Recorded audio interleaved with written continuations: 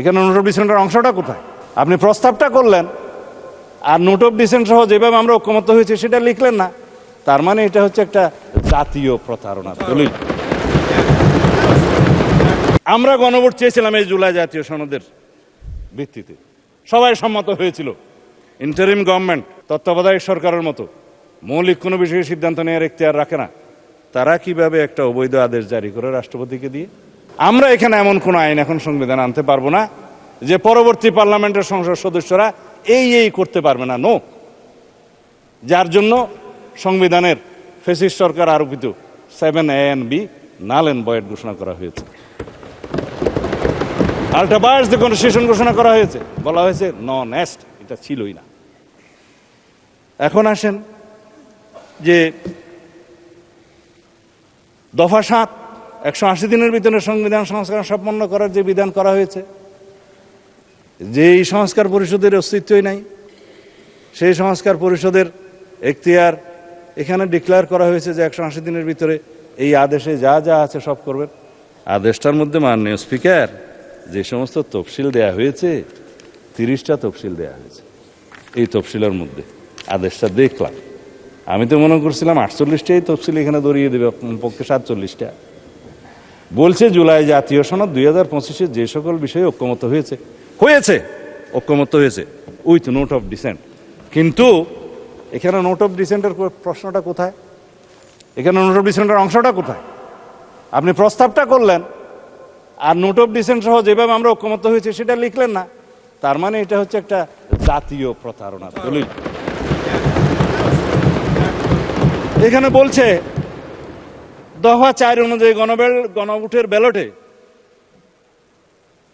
উত্থাপিত 4টি প্রশ্নের প্রত্যেকটিতে আপনি আলাদাভাবে হ্যাঁ অথবা না দেওয়ার বিধান, এই হ্যাঁ অথবা না দেওয়ার বিধান এইটা সংবিধান সংশোধনের প্রশ্নে জড়িত, এই পার্লামেন্টের সার্বভৌমত্ব লঙ্ঘনের সাথে জড়িত। সেই প্রশ্নই আপনি গণভোটে দিতে পারেন। যদি দিয়েও থাকেন 4টা গণভোটের প্রশ্ন, আমাকে কেন বাধ্য করা হলো একটা জবাব দিতে হবে হ্যাঁ অথবা না? বলা হচ্ছে যে তুমি এখানে 3টা শরবতের বোতল আছে, তবে এই কুইনেনটাও তোমাকে খাইতে হবে। মা ছেলেকে ট্যাবলেট খাওয়াতে পারছে না বেশি দিতা, তো কলা খায় ছেলে, কলার ভিতরে কুইনেনটা ঢুকাই দিল ছেলে, এবং খাওয়ার সময় দেখলো এটা তিতা দিতে লাগে, তার ওটা দূর করে বাইর করে ফেলাই দিল। এই কোন আইনকে আপনি জাতিকে এইভাবে বাধ্য করে খাওয়াইতে পারেন? 3টা প্রশ্নের সাথে জুলাই জাতীয় সনদের মিল আছে। আমরা গণভোট চেয়েছিলাম এই জুলাই জাতীয় সনদের ভিত্তিতে, সবাই সম্মত হয়েছিল। ইন্টারিম গভর্নমেন্ট, অস্থায়ী গভর্নমেন্ট তত্ত্বাবধায়ক সরকারের মতো মৌলিক কোনো বিষয়ে সিদ্ধান্ত নেওয়ার এখতিয়ার রাখে না। তারা কিভাবে একটা অবৈধ আদেশ জারি করে রাষ্ট্রপতিকে দিয়ে? আমি মহামান্য রাষ্ট্রপতির সাথে তখন কথা বলেছিলাম যে মহামান্য রাষ্ট্রপতি, আপনি কি আদেশ জারি করতে পারেন? বলে আমি তো পারি না, কিন্তু আমাকে পারাচ্ছে। তা এখন রাজহংসকে জোরপূর্বক স্বর্ণের ডিম পারতে বাধ্য করার মতো ঘটনা। যাই হোক, এখন সেটা অবৈধ ডিম্ব হয়েছে। এখন সংসদ সদস্য হিসেবে শপথ গ্রহণের পর দফা 8 অনুসারে ওই আদেশেরই অস্তিত্বহীন সংবিধান সংস্কার পরিষদের সদস্য হিসেবে শপথ নেওয়ার কোনো বিধান না থাকার পরেও একজন মাননীয় ব্যারিস্টার সদস্য বলেছেন, না, আমার মাননীয় সদস্য বোধহয় ডক্টর শফিকুল ইসলাম মাসুদ বলেছেন, এই সংবিধান সংস্কার পরিষদের সদস্য হিসেবে শপথ নেওয়ার ফর্মটা আমি পটুয়াখালী থেকে আনি নাই, এখানে কে সাপ্লাই করলো? আমি একমত, প্রধান নির্বাচন কমিশনারের অফিস থেকে এই ফর্ম এখানে জাতীয় সংসদে দেওয়ার এখতিয়ার প্রধান নির্বাচন কমিশনার নাই। তিনি শপথ নিয়েছেন তফসিল 148 অনুচ্ছেদের অনুবলে তফসিল 3-এ সংবিধান সংরক্ষণের জন্য তিনি শপথ নিয়েছেন। তিনি শপথ ভঙ্গ করেছেন, সংবিধান লঙ্ঘন করেছেন। কেউ একজন সিভিল রাইট হিসেবে মামলাও করেছে, ওখানে পক্ষভুক্ত করে নাই নির্বাচন কমিশনকে, কিন্তু বার্ডিক যদি আসে নির্বাচন কমিশন যে এটা ভায়োলেট করেছে আসবে। আমি মাননীয় প্রধান নির্বাচন কমিশনারকে এখানে বলা ঠিক না, যেহেতু উনি অনুপস্থিত, এটা বিধান নাই, সেজন্য ঘুরিয়ে বলছি, প্রশ্ন করতে পারতাম, করছি না, যে আপনি সংবিধান সংরক্ষণের জন্য শপথ নিয়েছেন, এই ফর্ম আপনাকে দাখিল করার জাতীয় সংসদের সচিবের কাছে পৌঁছে দেওয়ার কি এখতিয়ার কে দিয়েছে, কোন আইন বলে দিয়েছে? জাতীয় সংসদের সচিব এখানে উপস্থিত আছে বলতে পারি, ভায়োলেশন তো হবে না। তিনি সেই ফর্মটা আমাদের কাছেও পাঠালেন, ওনাদের কাছেও পাঠালেন। আমরা তখন আমাদের নেতৃবৃন্দ মাননীয় প্রধানমন্ত্রীর সাথে আলাপ করে বললাম, আমরা তো আজকে শপথ নিতে যাব, এখানে তো দুইবার শপথ নিতে হবে, দেখা যাচ্ছে প্রথমবার শপথ নেওয়ার পরে দ্বিতীয়বার শপথ নিলে তো আগেরটা ভায়োলেশন হয়ে যাবে, এখন কি করবেন? বলে যে আমি তো এমপি হিসাবে নির্বাচিত হয়েছি, ব্যালটের মধ্যে একটা ধানের শীষ ছিল, আর একটা কোদাল মার্কা ছিল, আর একটা কি কি যেন ছিল, দাড়ির পাল্লা ছিল। আপনার খুশি হয়েছেন? ঠিক আছে, দাড়ির পাল্লাও ছিল, আচ্ছা শাপলাও ছিল না? ওনার আসনে শাপলা দাঁড়ায় নাই, ওনার আসনে শাপলা কুলি দাঁড়ায় নাই, ঢাকা 17-তে ছিল না, সেজন্য উনি না ওনার আসনে দাঁড়ায় না, ঢাকা 17-তে দাঁড়ায়। আপনাদের একজন ডাক্তার সাহেব দাঁড়াইছিল এবং ওনার পরিচয় দিচ্ছে যে আমি তারেক রহমানের বিরুদ্ধে ইলেকশন করতেছি, জানো না বলছি। তো উনি বললেন যে ব্যালটে তো এখানে সংবিধান সংস্কার পরিষদের সদস্য হিসেবে আলাদা কোনো ব্যালট ছিল না। ব্যালট ছিল না, বাইশ ব্যালট ছিল না। বলে যে এখানে এমপি নির্বাচিত হওয়ার জন্য কনস্টিটিউশনাল ম্যান্ডেট হিসেবে নির্বাচন কমিশন সংসদ সদস্যদের নির্বাচনে একটা ব্যালট দিয়েছে, সেখানে আমরা সিলটিল দিয়েছি। আর একটা গণভোটের ব্যালট ছিল যে সংস্কার চাই কি চাই না, হ্যাঁ ওখানে হা না দিবে, জবরদস্তি দিয়েছে, দিল।